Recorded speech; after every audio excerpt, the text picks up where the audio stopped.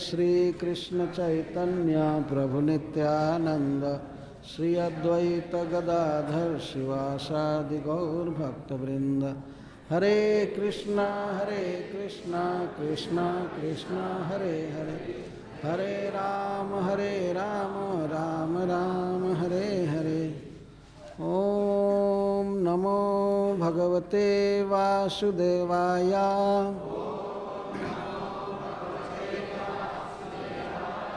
ओम नमो भगवते वासुदेवाय।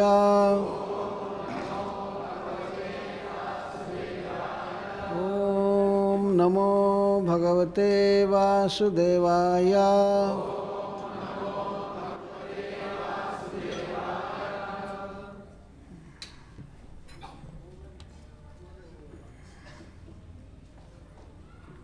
भारतैवं वत्सपेषु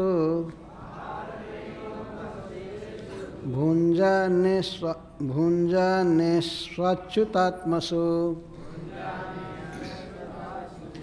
वत्सास्त्वन्तर्वने दूरां विवुषुस्तृणलोभितः। भारतैवं वत्सपेषु भुञ्जानेष्वच्युतात्मसु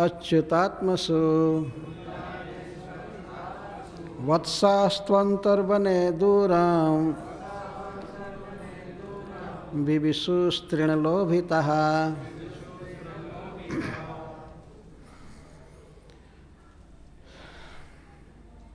तो कल कथा का विराम हुआ था भगवान की भोजन लीला के साथ। श्री कृष्ण अपने वयस्क गोपों के साथ भोजन कर रहे हैं। तो भोजन के रस में इतना आवेश हुआ कि बहुत देर तक बच्चे बैठे रहे भोजन में। भोजन के वस्तुओं में तो रस आ ही रहा था, लेकिन सबसे बड़ा रस क्या मिल रहा था बच्चों को, वे सब अच्युतात्मा थे। श्रील सुखदेव जी कहते हैं कि हे भारत, हे भरतवंशी और परीक्षित, जब इस तरह बच्चे भोजन कर रहे थे तो उनका चित्त कहाँ लगा था? भोजन में नहीं लगा था। अच्युतात्मसु, अच्युते श्री कृष्णे आत्मा मनो जेषाम तेषु। अच्युत में उनका मन लगा हुआ था। भोजन कर रहे थे बहुत देर तक, लेकिन कृष्ण को खिलाना, कृष्ण के साथ हंसना, लीला करना, कृष्ण में ही उनका मन लगा हुआ था। अच्युतात्मा इसको कहते हैं। तो बच्चे श्री कृष्ण के साथ हंस रहे थे, खा रहे थे, बीच बीच में खेल रहे थे, तो उनका चित्त पूर्णतः कृष्ण में आसक्त था। वे लोग ध्यान नहीं दे रहे थे दूसरी बातों पर। उसी समय दैवयोग से एक ऐसी घटना घटी कि वत्सः तृणलोभितः, तृण के द्वारा लुब्ध होकर, नई नई हरी हरी घास से लुब्ध होकर जहाँ वो चर रहे थे उस मैदान को छोड़कर धीरे धीरे दूरम वनम विविशु, अंतर वनम विविशु, धीरे धीरे वन में गए। वन में भी लोभ बढ़ता गया, ये घास वो घास वो घास, वो बहुत दूर चले गए।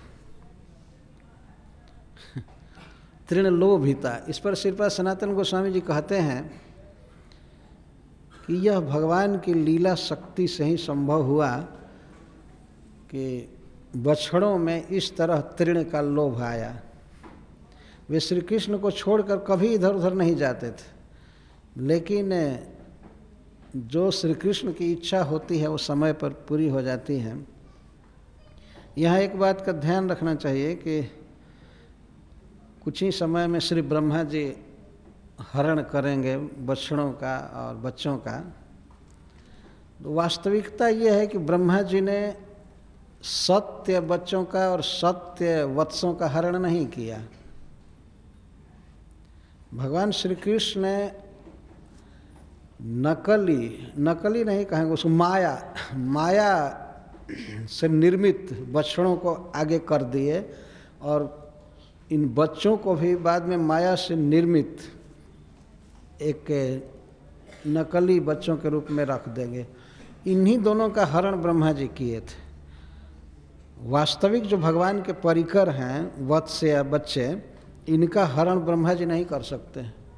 जैसे रावण ने सीता का हरण किया था, तो वास्तव में वो सीता का हरण नहीं किया था, माया सीता का हरण किया था। यह घटना है कि जब भगवान पृथ्वी का भार दूर करना चाहते थे, कि एक दिन सीता जी से वे कहने लगे, सुनहु प्रिया व्रत रुचिर सुशीला, मैं कछु करब रुचिर नर लीला। एकांत में बैठे थे, लक्ष्मण जी फल मूल लेने गए थे, तो भगवान को अवसर मिल गया। तो सीता जी से कहते हैं कि हे प्रिय, हे सुशीले, तुम पतिव्रता शिरोमणि हो, तुम्हारा आचरण बहुत शुद्ध है। सुनो, मैं नरलीला करना चाहता हूँ। नरलीला में मैं क्या लीला करना चाहता हूँ, भगवान ने पूरा पूरा कह दिया सीता जी को कि मैं चाहता हूँ कि रावण का मैं वध करूँ, लेकिन बीच में कोई कारण नहीं बन रहा है। ऐसे कैसे जबरदस्ती जा कर के कलह करूँ और उसको मारूँ। मैं चाहता हूँ कि रावण कुछ गलती करे। तो तुम पावक मह करहु निवासा, जब लग करहु निशाचर नासा। तुम अग्नि में निवास करो। मैं जानता हूँ मेरे साथ तुम्हारा अखंड प्रेम है, मैं भी प्रेम करता हूँ। तुम मुझसे थोड़े काल के लिए दूर रहोगी, अंतर्हित रहोगी, इसके द्वारा मैं बहुत बड़ी लीला कर सकता हूँ, पृथ्वी का भार दूर करूँगा। तो तुम पावक मह करहु निवासा, तुम पावक में, अग्नि में निवास करो। जब लग करऊँ निशाचर नाश, जब तक मैं राक्षसों की सफाई नहीं कर देता हूँ तब तक रहो। जिस दिन रावण का वध कर दूंगा उसी दिन मैं तुमसे पुनः मिलूंगा। तो सीता जी आज्ञा को समझ गई। तो सीता जी ने भगवान की परिक्रमा किया और प्रणाम किया, और प्रणाम करके सीता जी ठीक अपने समान एक माया सीता को छोड़ करके अग्नि में प्रवेश कर गई। तो रावण जिस सीता का हरण किया है वास्तविक सीता नहीं थी। चैतन्य चरितामृत में एक कथा दी गई है कि एक ब्राह्मण थे कुर्म क्षेत्र में। तो वे एक बार कथा सुने रामायण की। तो रामायण की कथा में वो कथावाचक कह रहे थे कि सीता जी को रावण चुरा लिया। ये कथा सुन करके वे खान पान छोड़ दिए, आत्महत्या करने के लिए तैयार हो गए कि हाय हाय, मेरी आराध्या सीता जी का हरण कर लिया असुर, दुष्ट असुर छोड़ दिया उनको, मैं अब जीवित नहीं रहूँगा या नहीं रहूँ। उसी समय चैतन्य महाप्रभु दक्षिण भारत की यात्रा कर रहे थे। तो एक दिन संजोग से उस ब्राह्मण के घर में वे रुके। तो भोजन बना, सब कुछ ठीक हुआ, चैतन्य महाप्रभु को प्रसाद दिया गया। लेकिन चैतन्य महाप्रभु ने देखा कि ब्राह्मण रोता रहता है और कुछ खाया पिया नहीं। तो पूछने लगे, हे ब्राह्मण देव, आप क्यों नहीं खा रहे हैं? मैं देखा कि आप नहीं खाए हैं। तो बताए कि मैं जब से सुना हूँ कि सीता जी को दुष्ट राक्षस छू दिया, तब से मुझे बहुत दुख हो रहा है। अब मैं जीवन नहीं रख सकता, मैं इस तरह भोजन त्याग करके मरना चाहता। तब चैतन्य महाप्रभु ने समझाया उनको कि नहीं नहीं, सीता जी का हरण रावण नहीं किया था, माया सीता का हरण किया था। वास्तविक सीता जी तो अग्नि में थी। तो वे ला करके एक पुराण का अंश चैतन्य महाप्रभु दूर जा कर के एक अंश लाए जिसमें लिखा गया था कि रावण ने माया सीता का हरण किया था, वास्तविक सीता का हरण नहीं किया था। तो उनको विश्वास हो गया उन ब्राह्मण को, और वे देखने लगे कि भगवान राम ही चैतन्य महाप्रभु के रूप में हैं, थे ही। ये तो भगवान हैं। सार्वभौम भट्टाचार्य को अपनी 6 भुजाओं में दर्शन दिया था। 2 भगवान कृष्ण, 2 श्री रामचंद्र और 2 चैतन्य महाप्रभु, षड्भुज महाप्रभु कहते। तो उस ब्राह्मण को विश्वास हुआ, तब वे खाए पिए और जीवन की रक्षा हुई। तो इस तरह से हम लोग यहाँ देखेंगे कि ब्रह्मा जी बछड़ों को चुराए, तो ये कथा है तृण लोभिता। श्रीपद सनातन गोस्वामी जी कहते हैं कि ब्रह्मा जी कुछ नया नया घास पैदा किए वृंदावन में, उसको खाते खाते बछड़े बहुत दूर चले गए। तृण लोभिता, तृण के द्वारा लोभित किए गए थे लोग बछड़े। यह भगवान की व्यवस्था थी वास्तव में। वे चाहते थे कि बछड़े इस तरह थोड़ा दूर जाएं। तो बच्चे भोजन कर रहे थे, भोजन के रस में बिल्कुल विभोर थे, भगवान के चिंतन में या उनसे बोलने में, छूने में, हंसने में। तब तक अकस्मात उनका ध्यान गया बछड़ों के तरफ। बछड़ों के तरफ ध्यान गया तो भोजन जैसे था, हाथ में जैसे कवर लिए थे वो, तो बछड़े कहाँ चले गए। अब बच्चे लगे उठने, भोजन के आसन से सब उठने लगे। जब ये उठने लगे तो भगवान ने रोका, मित्रों आसन मां विरमत,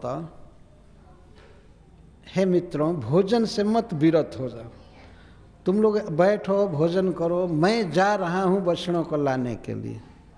वास्तविकता यह थी कि श्री कृष्ण चाहते थे कि बच्चों का भी अपहरण हो जाए। यहाँ मैं संग छोड़ दूंगा तो इनको भी ब्रह्मा जी उठा कर ले जाएंगे।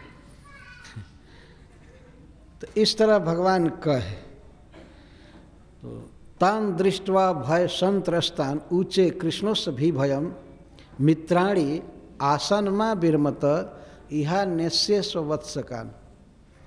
मैं बछड़ों को यहाँ ला दूंगा, आप सब चिंता मत करो। मेरे अलौकिक शक्ति पर विश्वास है ना तुम लोगों को। बच्चों ने कहा कि कुछ भी है लेकिन तुम अकेले क्यों जाओगे, सब लोग चलते हैं। और हाथ में जो कवर था, जैसे खा रहे थे वैसे, चाहे अपना बर्तन सर्तन सब उठाए, अपना छीका उठाए और कहे चलो चलो हम लोग बछड़ा खोजते हैं। भगवान ने रोका, नहीं नहीं नहीं, मित्राणी आसान माँ विरमत, भोजन से विरत मत हो, यह आने से स्वत्स का। यहाँ पर मैं सभी बछड़ों को ला दूंगा, चिंता मत करो, रुको। वे बच्चे रुक नहीं रहे थे, लेकिन भगवान ने अपनी कसम खिलाकर कहा, मैं चाहता हूँ कि तुम लोग आनंद से खाओ, अगर कोई भी मेरे साथ चला तो इससे बढ़ करके मेरे लिए दुख कुछ भी नहीं होगा, तुम लोग खाओ, मैं जा रहा हूँ ना, मैं खोज करके लाऊंगा। तो भगवान न खोजे न लाए। नहीं, खोजने के लिए तो खोजे लेकिन लाए नहीं, एक लीला करना चाहते हैं। भगवान भी चिंतित हो गए, मैं खोज करके लाऊंगा, सब लोग आनंद से खाओ खाओ खाओ। भगवान चाहते हैं कि भक्त लोग आराम से खाएं, हड़बड़ाहट में ना रहें। और बाकी सब भगवान काम करते हैं, सुख से खाना चाहिए। जब भोजन करने चले तो उस समय आराम से खाना चाहिए। तो भगवान उठने नहीं दिए। एक दो बच्चे खड़े हुए, श्रीदाम मधुमंगल वगैरह के, नहीं हम चलेंगे हम चलेंगे। भगवान ने कहा नहीं नहीं नहीं नहीं, मेरी कसम की तुम चलो चलो बैठो। भगवान ने इस तरह से कहा, आप खाओ खाओ, और मैं खा रहा हूँ, मैं खाते हुए जाऊँगा। भगवान ने कहा मैं भी खाते हुए जाऊँगा। तो भगवान खड़े हुए और दही भात का जो कवर था बाएं हथेली पर, उसको लिए दे चल दिए। और बेंत और सिंह बाएं कोख में खोसे थे, बेणु रखे थे, उठे और सबको कहे कि मैं अभी आ रहा हूँ, अभी बछड़ा खोज करके आ रहा हूँ। तो कुछ लोग कहते नहीं तो अकेले कैसे खोजोगे, मान लो तुम ऐसे ये रास्ता पकड़ कर जा रहे हो और बछड़े इधर हों तो 10-20 रहेंगे तो खोज लेंगे। तो भगवान कहते हैं कि अभी अघासुर का वध किया हूँ ना, सब तो चले गए थे पेट में, मैं मारा ना उसको कि तुम लोग मारे थे। तो कहे हाँ तुम में शक्ति तो जरूर है। तो ठीक है बैठो, मैं जा रहा हूँ ना।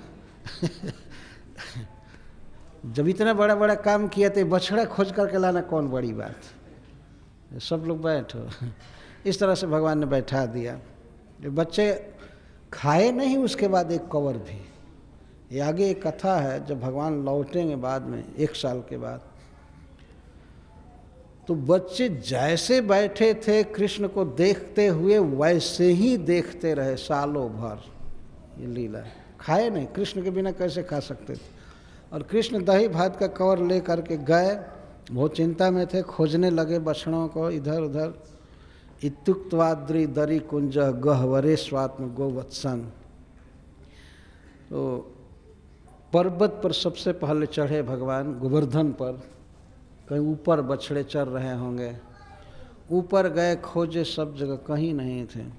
तब फिर दरी, फिर घाटी में खोह में खोजने लगे, वहाँ भी नहीं थे। फिर गुफा में घुसे कई जगह, फिर कुंज में, कई ऐसे विवर होते हैं जहाँ पर लताएं छा जाती हैं, उसको कुंज कहते हैं। तो कुंज में खोज रहे थे, इधर विवर में, गुफा में, सब जगह, और कहीं नहीं, बछड़ों का खुर तक का निशान नहीं मिल रहा था। ये भी नहीं पता चल रहा था कि इधर से गए हैं तो चलो कुछ दूर चले गए होंगे, उनके पद चिन्ह मिल रहे हों, ऐसी भी बात नहीं थी, कुछ भी नहीं उद्देश्य मिल रहा था। और श्री कृष्ण बिल्कुल चिंता में पड़े थे। भगवान की अद्भुत मुद्रा थी। अब भोजन काहे को अच्छा लगने लगे कृष्ण को। दही भात का जो कवर था वो हाथ पर ही रह गया, भगवान कुछ खाए नहीं और ऐसे ही जा रहे थे। वास्तव में दही भात का कवर जो था वो और ब्रह्मा को भ्रम में डालने के लिए था। अगर हाथ धो करके खूब आराम से गए होते तो शायद उतना भ्रम नहीं होता ब्रह्मा को। लेकिन दही भात का कवर लिए जा रहे थे, और इसके लिए भी कि बच्चों को ये देख करके सुख मिले कि कृष्ण खाते हुए जा रहे हैं। तो उनको सुख देने के लिए भी दही भात का कवर लेकर के गए थे। तो उधर जा रहे थे, खोज रहे थे, इधर उधर बहुत खोजे। विचिन्वन भगवान कृष्ण सपाणी कौलो जजऊ। सपाणी कौलो, हाथ में कवर लिए हुए गए, चारों तरफ खोजे, लेकिन कहीं नहीं पता चला। जब कहीं नहीं पता चला तो भगवान निराश लौटने लगे। लौटे फिर खोजते हुए ही लौट रहे थे, खोजते हुए, अन्वेषण करते हुए लौट रहे थे, झांक रहे थे कुंज में, गुफा में, इधर उधर कहाँ गए। तब यह भगवान को चिंता हुई कि मैं बहुत देर कर दूंगा तो बच्चे भी हमको खोजने के लिए चल देंगे, तो वे परेशान होंगे। अतः भगवान जमुना के पुलिन पर लौट आए। जमुना के पुलिन पर आकर देखे जहाँ बच्चे बैठे थे तो वहाँ पर एक भी बच्चे नहीं थे।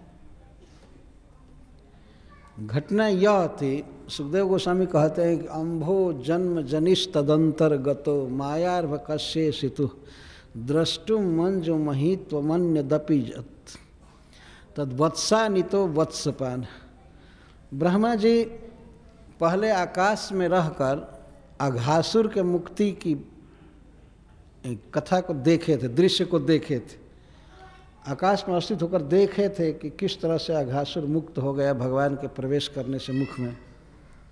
तो इस कारण से ब्रह्मा जी के मन में एक बहुत बड़ी लालसा उदित हुई कि श्री कृष्ण की अन्य मनोहर महिमा को मैं देखूंगा। तो उन्होंने पहले ही सोच लिया कि इनके जितने बछड़े हैं उनको चुरा लूँगा और बच्चों को भी चुरा लूँगा, तो देखता हूँ क्या करते।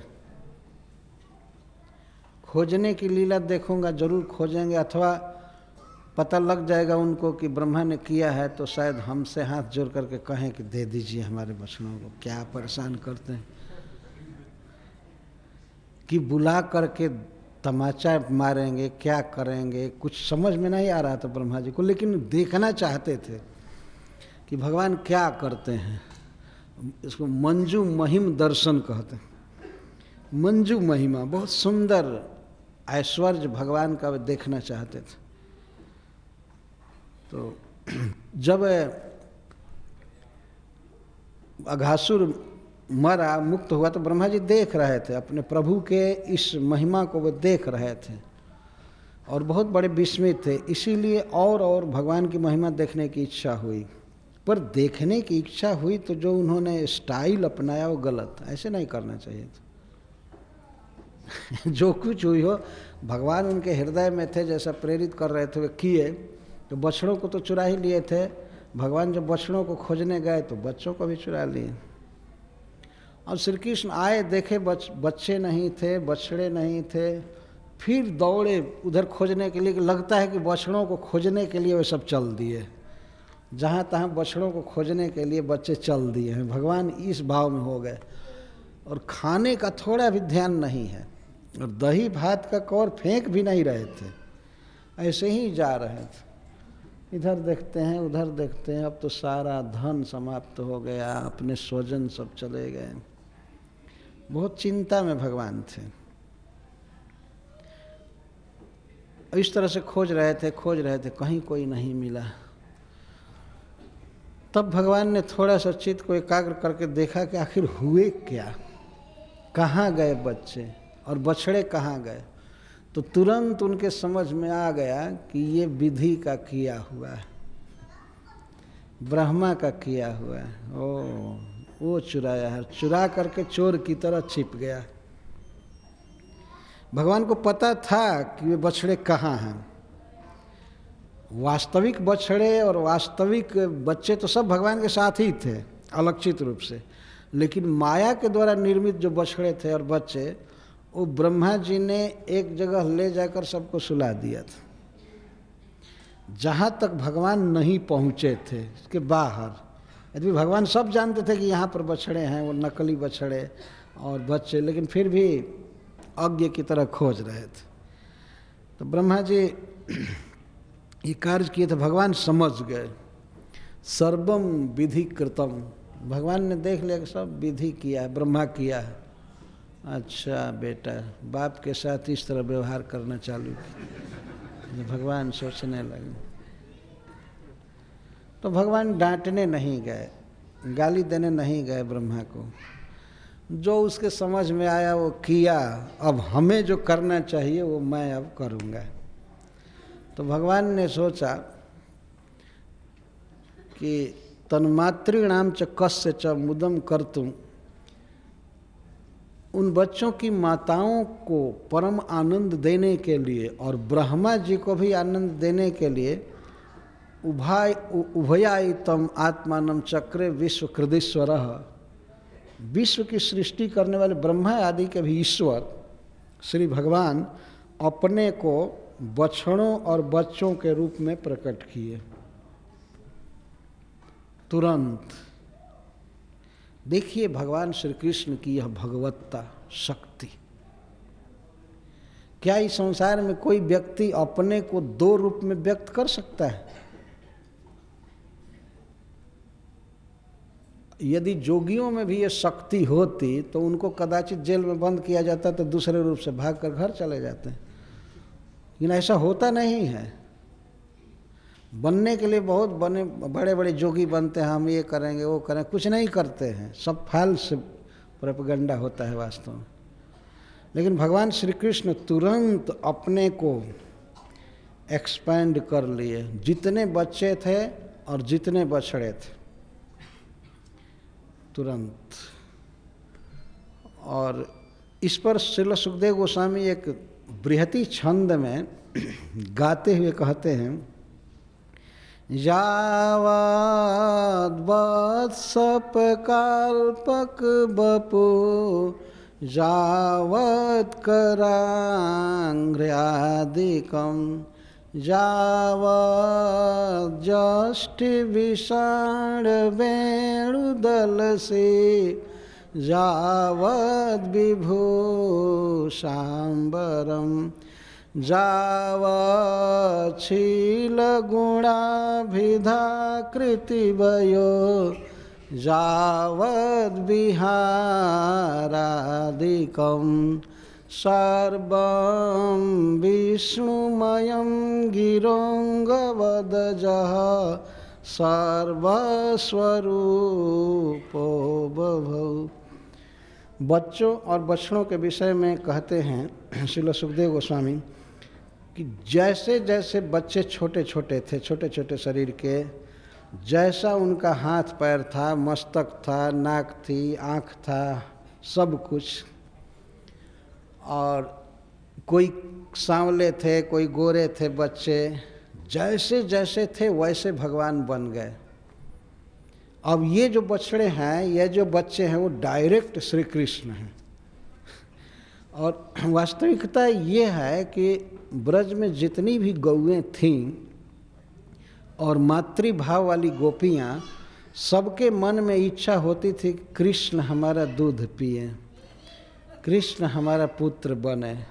वे चाहती थी, क्या कृष्ण कभी हमको माँ कहेंगे जैसे वे जसोदा को माँ कहते हैं? ये इच्छा होती थी। प्रत्येक माता के हृदय में ऐसी अभिलाषा थी, प्रत्येक गोपी के जो वात्सल्य भाव वाली थी। तो श्री कृष्ण अपने भक्तों के मनोरथ को पूर्णतः समझते हैं। कोई माँ चाहती है कृष्ण हमारे गोद में आवे, हमारा दूध पिए और हमको माँ कहे, और कृष्ण की भी इच्छा होती थी, माँ की तो इच्छा होती थी, कृष्ण की भी इच्छा होती थी, क्या कभी ऐसा समय आएगा कि मैं इसकी गोद में पुत्र भाव से रहूँगा, दूध पीऊँगा, खेलूँगा। तो समय पर वह अवसर भगवान ने स्वयं ही निकाल लिया। तो स्वयं बन गए बछड़ा। तो श्रील सुखदेव गोस्वामी कहते हैं, जावत वत्स काल्पक बपु।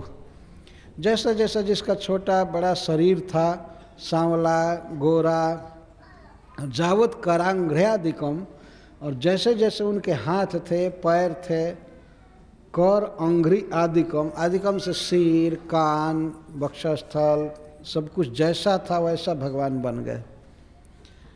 और जैसा शील, स्वभाव, कोई वाग्मी था, कोई बोलने में चतुर था, किसी काम को करने में जैसा दक्ष था, ठीक वैसे बन गए, थोड़ा भी अंतर नहीं रहा।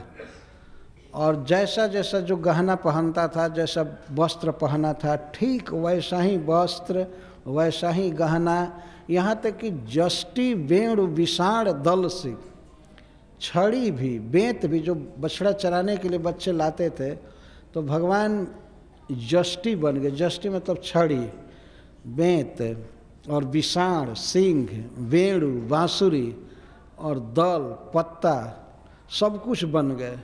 जावत शील, जैसा शील था, जैसा कंठ स्वर था, जैसी आँखें थी, जैसा स्वभाव था, सब बन गए। जैसा नाम था वही नाम भी रख लिए, सब कुछ। और जावत विहारादिकम, और जिस तरह से बच्चे व्यक्तिगत रूप से कृष्ण के साथ विहार करते थे, उनको जिस खेल में रुचि थी, जैसा वैसा सब कुछ बन गए। यहाँ तक कि बछड़ों के गले में माला जो थी किसी चीज़ की, वो माला भी श्री कृष्ण बन गए, सब कुछ बन गए। जब छड़ी और वेणु श्रृंग आदि सब बन गए तो और बछड़ा और बच्चा बनने में क्या, इस तरह भगवान बन गए सब। और अपने से अपने को हाँकते हुए अपने से अपने को चरा रहे थे। यह अद्भुत लीला है भगवान की। गोप भी सब श्री कृष्ण हैं, बछड़े भी श्री कृष्ण हैं, तो स्वयं से स्वयं को चराते थे, स्वयं से स्वयं को हाँकते थे, और खेल में कंपटीशन ले रहे थे, स्वयं से कंपटीशन ले रहे हैं, स्वयं ही स्वयं से कंपटीशन ले रहे हैं, इस तरह से खेल रहे थे। तो उस दिन भगवान ने शाम को प्रवेश किया गोकुल में। सायं गतो जाम जमेन माधव, इस तरह प्रवेश कर रहे हैं। तो जब प्रवेश किए गोकुल में, तो श्रील सुखदेव गोस्वामी कहते हैं कि जहाँ जहाँ से रास्ता बदल रहा था अलग अलग घरों का, बच्चों के जाने का और बछड़ों के जाने का, तो स्वयं ही श्री कृष्ण जो गोप बालक बने हुए हैं, वे स्वयं ही बने हुए बछड़ों को अलग अलग करने लगते थे। गांव तो ऐसे बहुत लंबा था, चौड़ा था, तो कुछ बछड़े इधर गांव के शुरू में रहेंगे, कुछ बीच में रहेंगे, किसी का खिड़क कहाँ है, किसी का खिड़क कहाँ है, तो स्वयं ही नाम रख रख करके बछड़ों का या उनको रोकने लगते थे। इधर चलना है, इधर चलना है, इसको वो समझ गए। पृथक पृथक सब अलग अलग करने लगे। और जिस घर के जो बछड़े थे, जिस रंग के थे, जिस नाम के थे, उस नाम के सारे बछड़ों को और उसी नाम वाला गोप शिशु बने हुए श्री कृष्ण अलग अलग करते थे। अरे हमारा बछड़ा उधर जा रहा है, उधर क्यों जा रहा है, उधर से रोको रोको रोको रोको। अपने को ही कह रहे थे, कोई गोप है वो भी कृष्ण ही है, से कहते वो बछड़ा उधर जा रहा है, उसको जरा फेरो फेरो, इधर चले, अपना घर भूल रहा है। इस तरह से हजारों घरों में, खिड़क में, गोष्ठ में भगवान बछड़ों को अलग अलग करके ले गए। ये लीला कर रहे थे। अच्छा, जब बांसुरी बजाए बच्चे अलग अलग तो उनकी माताएं किस तरह मिल रही हैं, इसका वर्णन श्रील सुखदेव गोस्वामी बहुत सुंदर तरीके से करते हैं। तन मातरो वेणु रवत त्वरोत्थिता उत्थाप दोर्भि उत्थाप दोर्भ्याम परिस्वज्य। तो ये कहते हैं कि जब माताएं अपने अपने बच्चों के बांसुरी का स्वर सुनी तो तुरंत उठ गई, उत्थाया, तुरंत उठ गई और दौड़ करके गई। बच्चा जो प्रणाम किया माँ को, तो प्रणाम करते हुए बच्चे को उठा लिया, उठा करके अंक में रखा और आलिंगन करके आनंद में विभोर हो गई। आज वह बच्चा नहीं था जो पहले आता था, आज साक्षात श्री कृष्ण थे, परब्रह्म सच्चिदानंद घन भगवान जो आनंद मूर्ति हैं, आनंद घन हैं, वे आए। तो आज के बांसुरी के स्वर में कुछ और ही रस था, और ही अद्भुत रस था। जैसे श्री कृष्ण बांसुरी बजाते हैं कुशलतापूर्वक और उसमें अमृत का प्रवाह बह चलता है, तो आज कोई भी बच्चा बांसुरी बजा रहा था तो वैसा ही आनंद आ रहा था, क्योंकि आज प्रत्येक बच्चा श्री कृष्ण है, परब्रह्म है, भगवान है। इसीलिए माताएं अपने अपने घर से निकली तो प्रणाम करते हुए बच्चे को उठाकर तुरंत गोद में रख ली। कुछ बच्चे उसमें ऐसे थे जो निश्चित ही दूध नहीं पीते थे माँ का। 5 वर्ष के हो गए थे तो अब वो लोग, जैसा आपने सुना ही कि खा रहे थे, भात दही सब भोजन कर रहे थे, तो अब लगभग दूध पीने का समय बीत चुका था। कितने वर्ष तक दूध पीते हैं बच्चे?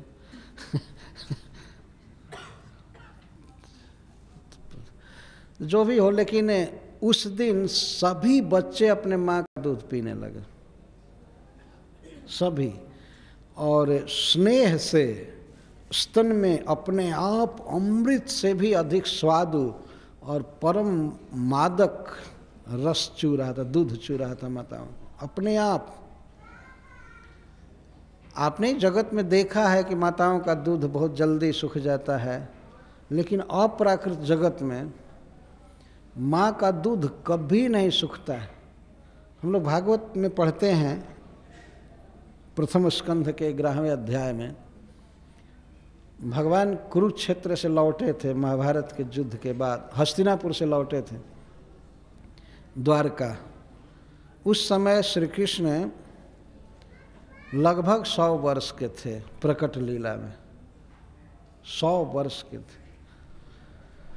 वैसे तो भगवान अनादिकाल से हैं, लेकिन इस पृथ्वी पर प्रकट लीला में उनको 100 वर्ष हो रहा था।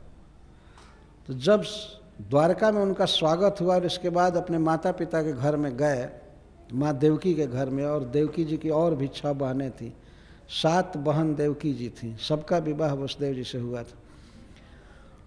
तो जब गए तो माता देवकी के गोद में ऐसे भगवान बैठ गए जैसे एकदम बच्चा बैठा, और माता देवकी के स्तनों से झरझर दूध चूने लगा।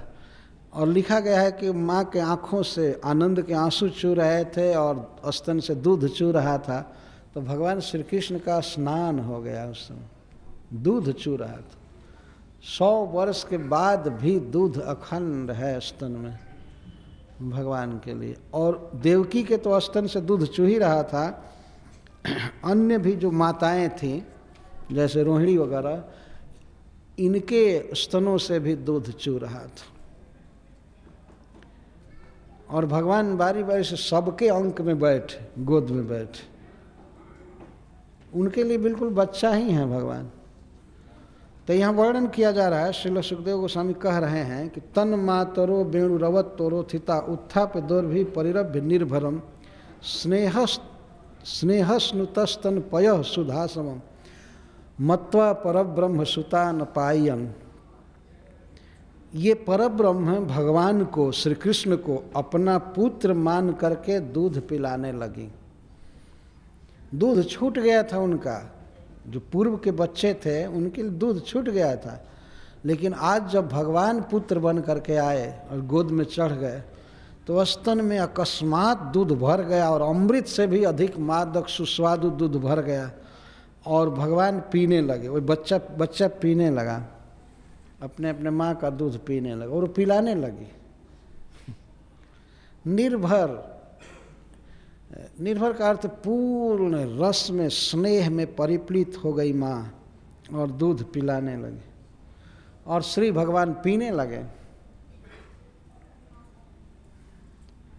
ब्रज का दूध इतना अच्छा है, इतना सुस्वादु है कि भगवान ने सोचा, एक भक्त कहते हैं अकेले जब कृष्ण रूप में वो पी रहे थे, माखन चुरा कर खा रहे थे, दूध दही सब पी रहे थे, तो भगवान ने सोचा कि नहीं ऐसे नहीं रस आएगा। जितनी माताएं हैं उतना पुत्र बनकर पीऊँगा और जितनी गौवें हैं उतना बछड़ा होकर के पीऊँगा, तब मेरा मन भरेगा। इतना वो पिए हैं छक करके। भगवान ने किसी भी अवतार में इतना दूध नहीं पिया है। खूब दूध पिए, खूब पिए और खूब नाचे। नाचने में भगवान कृष्ण तो नटवर है ही, और वे भगवान राम और विष्णु जैसे ऐसे गंभीर नहीं रहते हैं, वो बहुत नाचते हैं। जब देखे तब गाय चराते हुए नाचते हैं, बछड़ा चराते हुए नाचते हैं। माँ जसोदा खिलाती है, खाना छोड़कर नाचने लगते हैं। गोपियाँ इतना तक कह देते हैं कि तुमको एक कटोरी मट्ठा देंगी अगर नाचोगे, तो तुरंत नाचने लगते हैं। छछिया भरी छाछ पर नाच नचा। लगता है जैसे कि नहीं नाचेंगे तो देगी ही नहीं। और इतना दुर्लभ है छाछ ब्रज का कि वो भी छछिया भरी। छछिया कहते हैं, कुछ गोपियाँ रखती हैं जब दही मथती हैं तो एक छोटी सी कटोरी रखती हैं, काठ का रहता है, तो उसी से किसी को थोड़ा देती हैं, जैसे फ्री में देती हैं। उसको छछिया कहते हैं। छोटी सी कटोरी होती है, काठ की बनी। तो इतनी सी छछिया भरी छाछ के लिए श्री कृष्ण थिरक थिरक कर नाचने लगते। और तो अद्भुत नृत्य होता है। कहते जब तक नाचोगे नहीं तब तक नहीं दूंगी, तो नाचने लगते। खूब नाचे हैं, खूब खाए हैं भगवान, दूध पिए हैं, माखन खाए ब्रज में खूब छक करके। तो इस तरह से माताएं दूध पिलाने लगी श्री कृष्ण को। श्री कृष्ण मतलब सुता, परम ब्रह्म मत्वा सुता न पायत। उसकी भावना ये है कि मैं पुत्र को पिला रही हूँ, लेकिन वास्तव में पिला रही है परब्रह्म भगवान श्री कृष्ण को। इसलिए पिलाने में और आनंद आ रहा है और स्तनों में बाढ़ आ रही है। स्नेह स्नुता, स्नेह स्नुता का प्रेम से दूध अपने आप चुचुआ रहा था, बह रहा था। दूध इतना बन गया स्तन में कि वो अपने आप बह रहा था। तो देर तक भगवान पीते रहो। और इस तरह कब तक पिए अपने अपने माता का दूध? 1 वर्ष तक। प्रतिदिन लीला होती थी शाम को आने की, और रात भर माँ के गोद में सोते थे। तो बीच बीच में भी उठ उठ करके रात में कई बार दूध पीते थे। बच्चों के लिए तो कोई मुंह धोना और इस शुद्ध होना इसका कोई नियम नहीं है, कभी भी पी सकते हैं, खा सकते हैं। बच्चों को तंग नहीं करना चाहिए भोर में कि तुम जाओ नहाओ, चाहे ठंडा हो चाहे कुछ भी हो।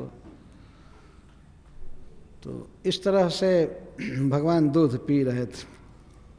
तो यह तो भगवान का सुख हुआ और सेवा करके माताएं धन्य हो गईं। अब और सेवा की परिपाटी का वर्णन करें। ततो निर्पोर्मर्दन मज्जलेपनालंकार रक्षा तिलकासनादि संलालित स्वाचरित प्रहर्षयन सायं गतो याम जमेन माधव। और घर पर तब दूध पिलाने के बाद जब ही कृष्ण आए वत्सचारण करके प्रथम दिन, तो ये तो दूध पिलाने लगे। और दूध पिलाने के बाद तब सुखदेव जी कहते हैं, हे महाराज परीक्षित, उन्मर्दन वे घर में ला करके और सुगंधित तेल लगाने लगी सारे शरीर में, उबटन आदि सेवा करने लगी माताएं। ये तो माँ का सहज स्वभाव होता है। बच्चा दिन भर थक मांद करके आया है, धूल लगी है सिर पर, आँख में, जहाँ तहाँ, धूली का अपसारण करके और उबटन सुगंधित तेल लगाने लगते। इसको उन्मर्दन कहते हैं। मालिश करना, पैर में थकावट हो गई है।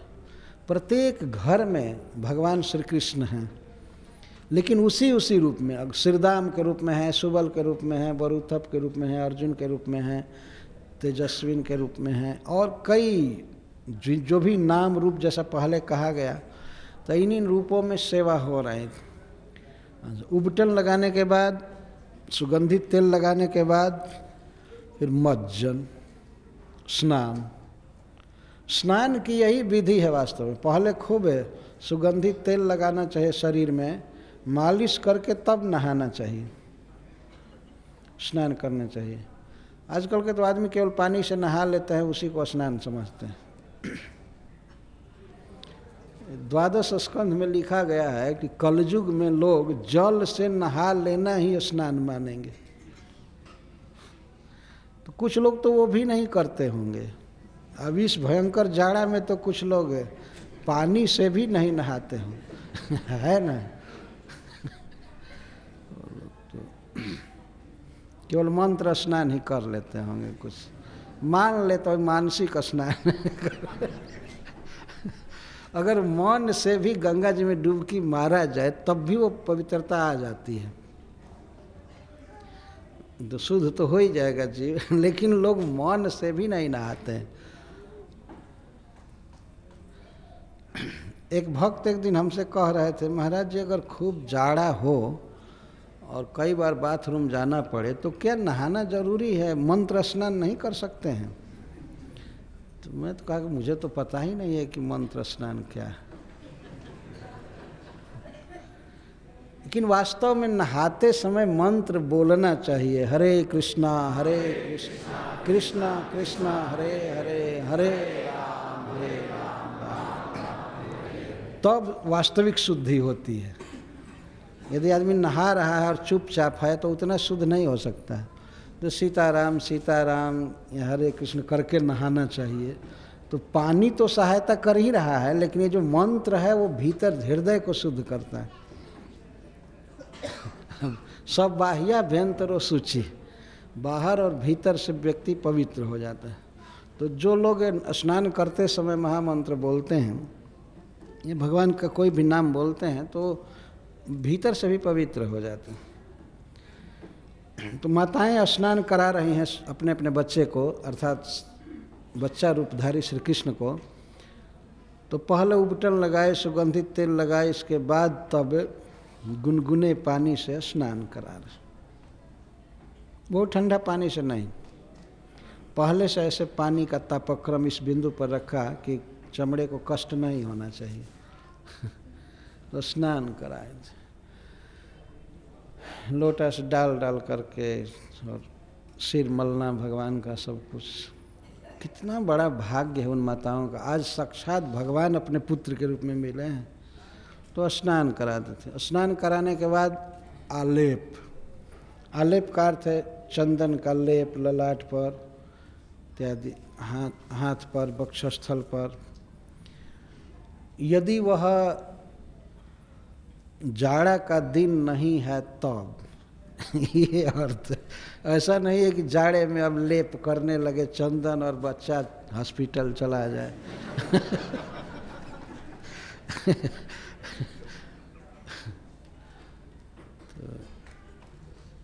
शीत के अतिरिक्त समय में चंदन का लेप करते थे। जाड़े में कस्तूरी लगाया जा सकता है, वो गर्म होता है। रक्षा तिलकासनाद भी, और रक्षा तिलक, ये जो प्रसिद्ध तिलक है इसको भी रक्षा तिलक कहते हैं। ये शरीर की सुरक्षा करने के लिए और मन को ठीक रखने के लिए किया जाता है। जैसे हम लोग 12 जगह तिलक करते हैं, ये तिलक की बात आ गई इसलिए मैं कह रहा हूँ, विषयांतर नहीं हो रहा है। हम लोग शरीर पर 12 जगह भगवान को बैठाते हैं। ये जो तिलक है इसको हरिमंदिर तिलक कहते हैं। ये मंदिर की दोनों दीवारें हैं और नीचे तुलसी के आकार में इस मंदिर की नींव है, ऐसा कहते हैं। तो इसको बना करके इसमें हम लोग बैठाते हैं श्री केशवाय नमः। भगवान केशव को बैठाते हैं मंत्र पढ़ करके, नमस्कार करके, श्री केशवाय नमः। फिर उदर पर श्री नारायणाय नमः, और वक्षस्थल पर श्री माधवाय नमः, और कंठ में श्री गोविंदाय नमः। इसके बाद दाहिने कुक्षी में श्री विष्णवे नमः। फिर दाहिने बाह के मूल नीचे श्री मधुसूदनाय हैं, श्री मधुसूदनाय नमः, और ऊपर श्री त्रिविक्रमाय नमः। फिर बाएं भाग के कुक्षी में श्री वामनाय नमः, और इसके बाद तब बाएं बाह के मूल में श्री श्रीधराय नमः, और ऊपर श्री हृषिकेशाय नमः। पीठ पर ऊपर श्री पद्मनाभाय नमः, और नीचे श्री दामोदराय नमः कमल। तो जब हम देह समर्पित करते हैं, इसीलिए भगवान के 12 मूर्तियों को हम शरीर पर बैठाते हैं कि हे विष्णु, हे कृष्ण, यह मेरा देह आपका है। तो भगवान इस पर विराजते हैं। इससे शरीर की रक्षा होती है, काल से, कर्म से, सब प्रकार से। यह साइंस है वास्तव में, ये सामान्य बात नहीं है। तो इस तरह से माताएं कृष्ण के और अपने बच्चे के शरीर पर तिलक करती थी। अपने आप बच्चा नहीं कर सकते थे या वो महिमा नहीं जानते, लेकिन माताएं जानती थी। और रक्षा तिलक एक और भी होता है, किसी की नज़र न लग जाए इसके लिए काला धब्बा लगा देती थी इधर उधर। ऐसा सुना जाता है, ऐसा कहा जाता है कि कोई बुरी नज़र वाला हो, टोना करने वाला, तो उसकी नज़र जा करके उस काले धब्बे में सोख ली जाती है, इधर उधर बच्चे पर असर नहीं होता। तो श्री कृष्ण का चाहे जितना भी श्रृंगार होता था, सोना या हीरा गहना पहनाया जाता था, लेकिन काला जरूर तिलक एक जगह दे दिया जाता है। इसको भी रक्षा तिलक कहते हैं। बच्चे की रक्षा के लिए सब किया जाता है। और इसके बाद इतना करने के बाद तब आसन, भोजन, सब स्नान वगैरह करने के बाद, छोटे छोटे बच्चे हैं लेकिन इतना स्नान कराने के बाद तब भोजन, तो भोजन कराती थी अपने बच्चे को, जो श्री कृष्ण थे वास्तव में। और आदि भी भोजन के बाद फिर वार्तालाप, ये सब करने के बाद तब होता था कैसे कैसे आज कैसे कैसे वत्सचारण किया, कहाँ कहाँ गए थे, कैसे कैसे, और इसके बाद निद्रा, शयन। तो प्रतिदिन माताएं इस तरह से अपने अपने बच्चे की सेवा करती थी। दूध पिलाना, फिर सुगंधित तेल लगाना, स्नान कराना, उठाना, रात में बीच बीच में उनकी आवश्यकता को देखते रहना। माताओं का ध्यान सदा अपने बच्चे पर था। तो पहले की अपेक्षा 100 गुना प्रेम बढ़ गया माताओं का अपने बच्चों में। जितना प्रेम कृष्ण के प्रति था उतना प्रेम अब अपने बच्चे के प्रति हो गया। कारण क्या है कि श्री कृष्ण और बच्चे में कोई भेद नहीं है। यह बहुत बड़ा आश्चर्य हुआ। श्री बलराम जी बहुत आश्चर्यचकित हुए कि क्या हो गया। ब्रज तो अप्राकृत है, स्वरूप शक्ति का बना हुआ है, माया शक्ति का नहीं। तो संसार में सभी अपने अपने बच्चे से प्रेम करते हैं, कृष्ण से कोई नहीं करता है। लेकिन यहाँ ऐसा क्यों हो गया? सब लोग अपने अपने बच्चे से प्रेम करने लगे। पहले सबका कृष्ण में प्रेम था, लेकिन अब जितना कृष्ण से प्रेम है उतना ही अपने बच्चे से भी प्रेम हो गया। ये क्या हो गया? ये तो साल भर के बाद सोचेंगे बलराम जी, रोज देखते थे, चकित होते थे। बाद में भगवान ने उनको बताया कि यह बात है, मैं ही बच्चा के रूप में बना हुआ हूँ। और बलराम जी स्वयं भी कुछ समझने लगे थे। तो इस तरह माताएं अपने बच्चों का श्रृंगार करती थी, खिलाती थी, पिलाती थी, नहलाती थी, दूध पिलाती थी। ये सौभाग्य भगवान ने दिया। अब गौओं के विषय में कह रहे हैं, गावस्ततः गोष्ठमुपेत सत्वरः हुंकार घोषः परिहोत संगतान। जब गौएं आई ब्रज में वन से चर करके प्रथम दिन,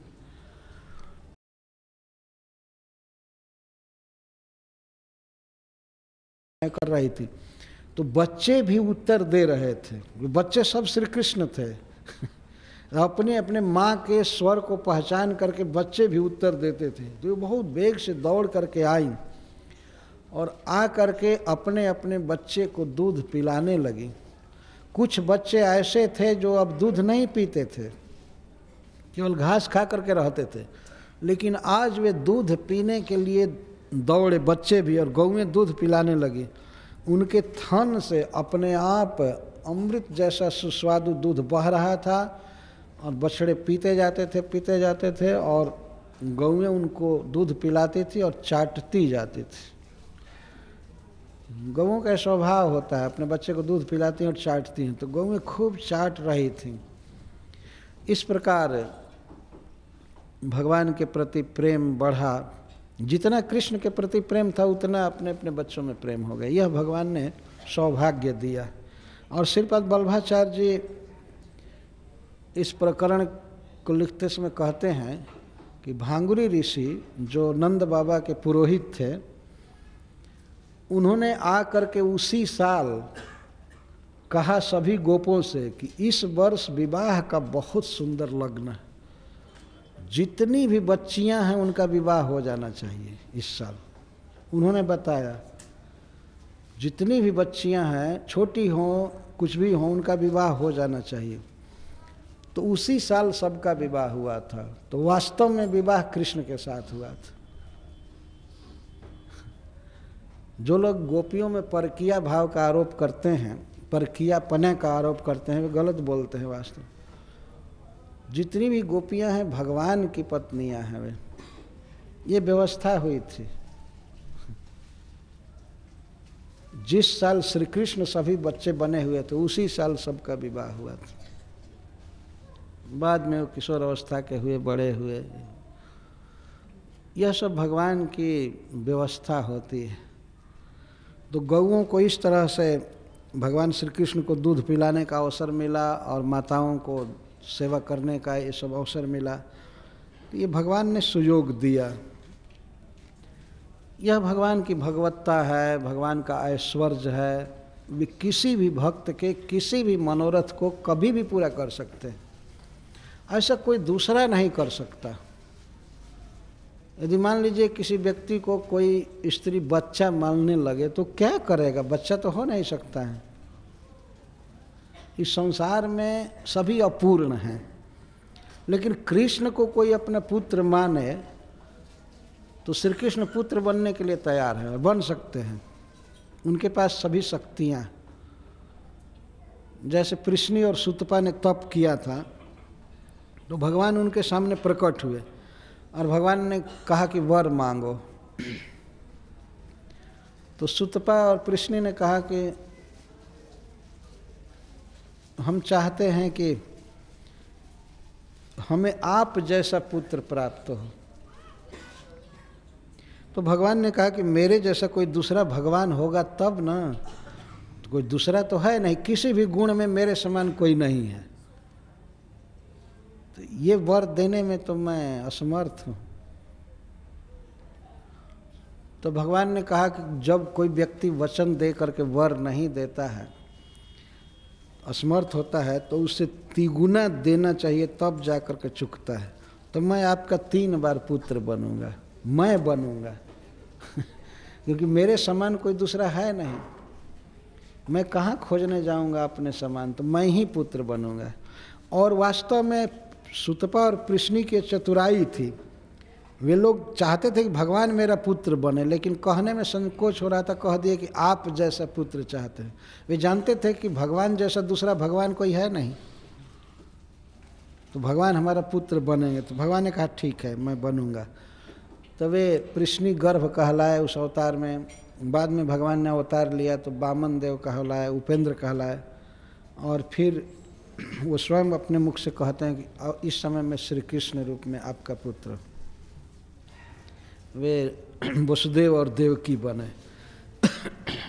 तो इस तरह भगवान की ये लीलाएं इस बात को सूचित करती हैं कि भगवान सर्वशक्तिमान हैं और किसी भी भक्त की इच्छा को पूरी कर सकते हैं, कभी भी कहीं भी। किया है उन्होंने। एक भक्त ऐसे हुए हैं, भक्तमाल में कथा है कि उनका कोई शिष्य या पुत्र नहीं था, तो भगवान ने उनका दाह संस्कार वगैरह किया, मूर्ति ने किया।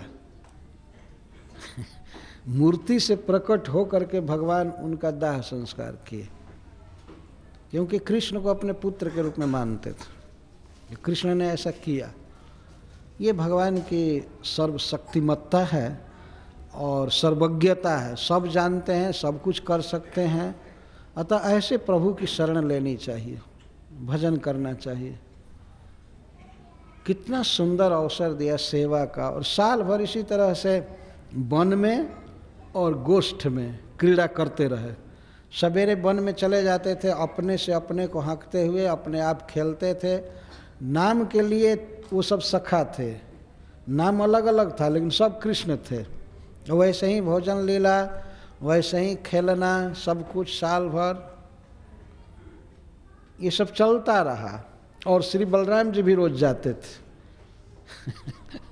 तो वहाँ केवल भगवत तत्व ही था और कुछ नहीं था। बलराम जी भगवान हैं और बच्चे सब भगवान, श्री कृष्ण तो हैं ही। तो इस तरह एक भगवान अपने को अनेक रूप में प्रकट करके रोज वृंदावन में खेल रहे थे। यहाँ तक कि भगवान वृंदावन की घास भी चरे हैं। वो तो घास चरते थे, खाते थे, पीते थे। भगवान को ब्रज इतना प्रिय है कि बछड़ा बनकर घास चरे। इस तरह से ये भगवान का दिव्य विहार है जो वृंदावन में चलता रहता है। और मैं तो यही चाहता हूँ कि 1 साल तक माताओं को ये सौभाग्य दिया जाए, ब्रज की माताओं को और गौओं को, कि भगवान इसी तरह से रहें। मेरे कहने का आशय मैं कथा को आगे नहीं बढ़ाना चाहता हूँ कि ये माताओं का सुख नष्ट हो जाए।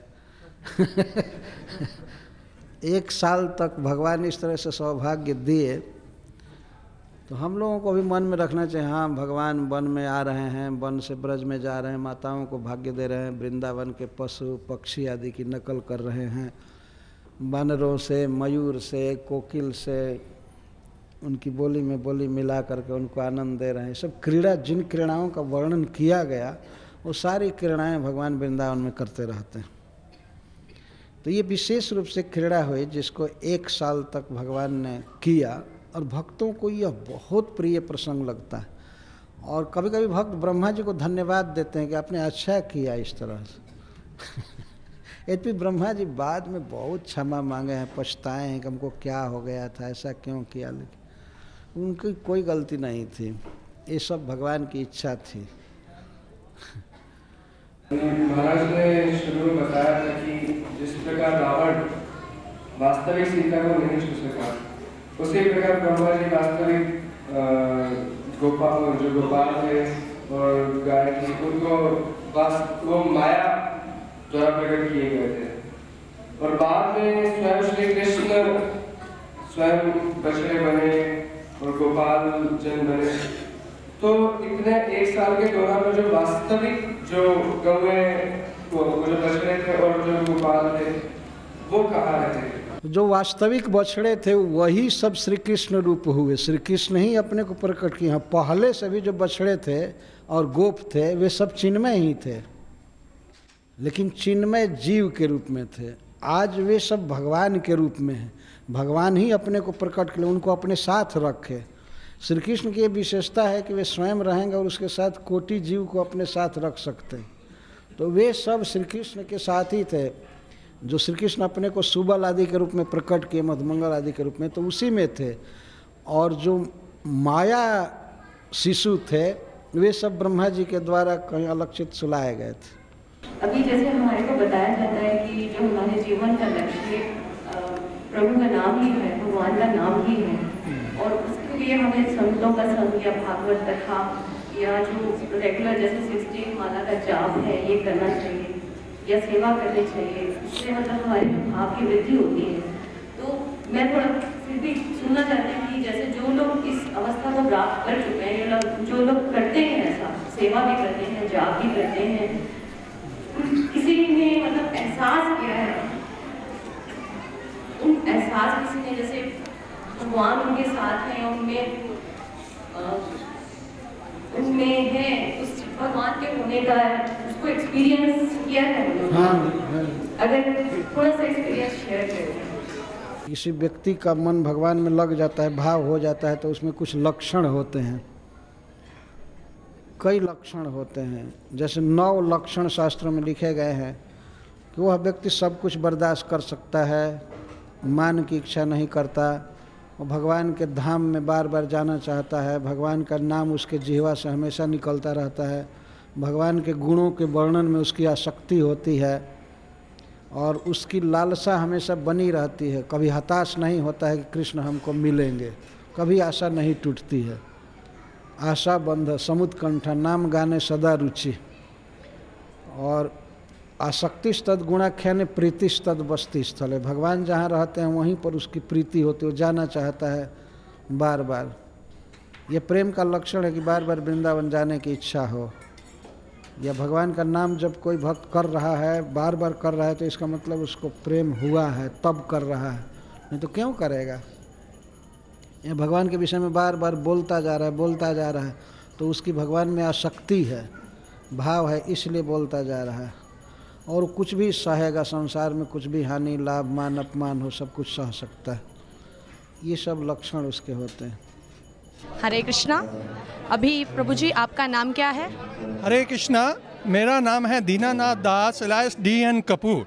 मैं जनकपुरी से आता हूँ और पिछले 25 साल से इस्कॉन से जुड़ा हुआ हूँ। आप ये जो प्रसाद सेवा कर रहे हैं, इसमें आपको कैसा अनुभव होता है? सेवा करना इंसान का धर्म है। सेवा अस्माको धर्म। सेवा ही तो जब महाभारत का हुआ था, ये तो युधिष्ठिर ने यज्ञ किया था, तो भगवान कृष्ण ने वहाँ पत्तल उठाई थी। तो सेवा ही धर्म है इंसान का। हमें सेवा करके इस शांति मिलती है। हरे कृष्णा, आपका शुभ नाम क्या है? लता। आप कथा में कितने दिन से आ रही हैं? सिर्फ संडे का नहीं अटेंड किया, बाकी सारा अटेंड किया है मैंने। कौन सी ऐसी खास बात आपको कथा में सुनने को मिली, इसको आप जीवन में उतारना चाहती है? कथा कैसे आकर्षित की आपको, कुछ बताएंगे कथा के बारे में थोड़ा आप? मुझे ऐसा लगा कि महाराज जी के मुख से सुन के मानो मैं उस लीला में शामिल हो गई थी। और जब मुझे कल पता चला कि 2 दिन और बढ़ गई है कथा, तो मैं बड़ी खुश हुई। लेकिन आज फिर मुझे पता चला कि आज लास्ट डे है, तो मुझे बड़ा दुख हुआ, क्योंकि मैं यहाँ और सुनना चाहती हूँ।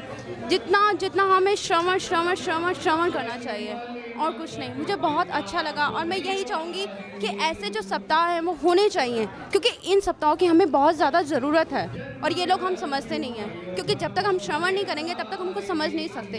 विदाउट श्रवण हम कुछ नहीं कर सकते।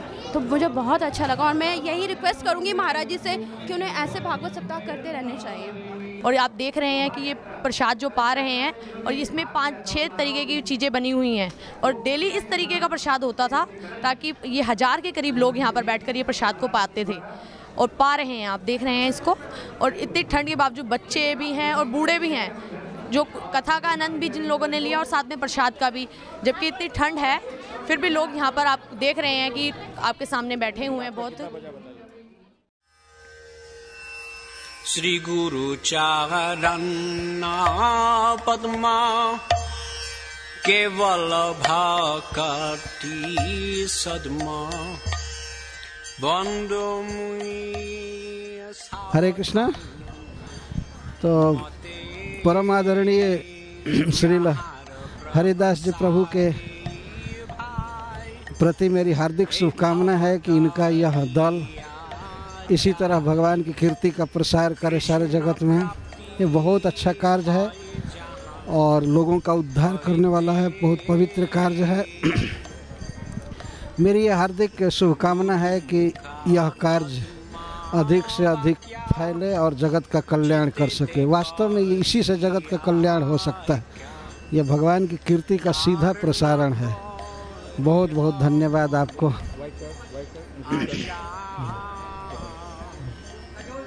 थैंक यू महाराज, थैंक यू हरे कृष्णा, मुझे यहाँ आपको सेवा करने का मौका दिया।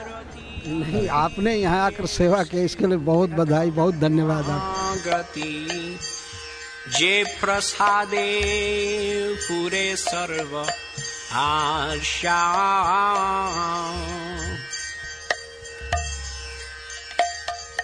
चक्षुदान दिलो जे जन्मे जन्मे प्रभु से दिव्य ज्ञान हृदय प्रकाशितो, दिव्य ज्ञान हृदय प्रकाशितो।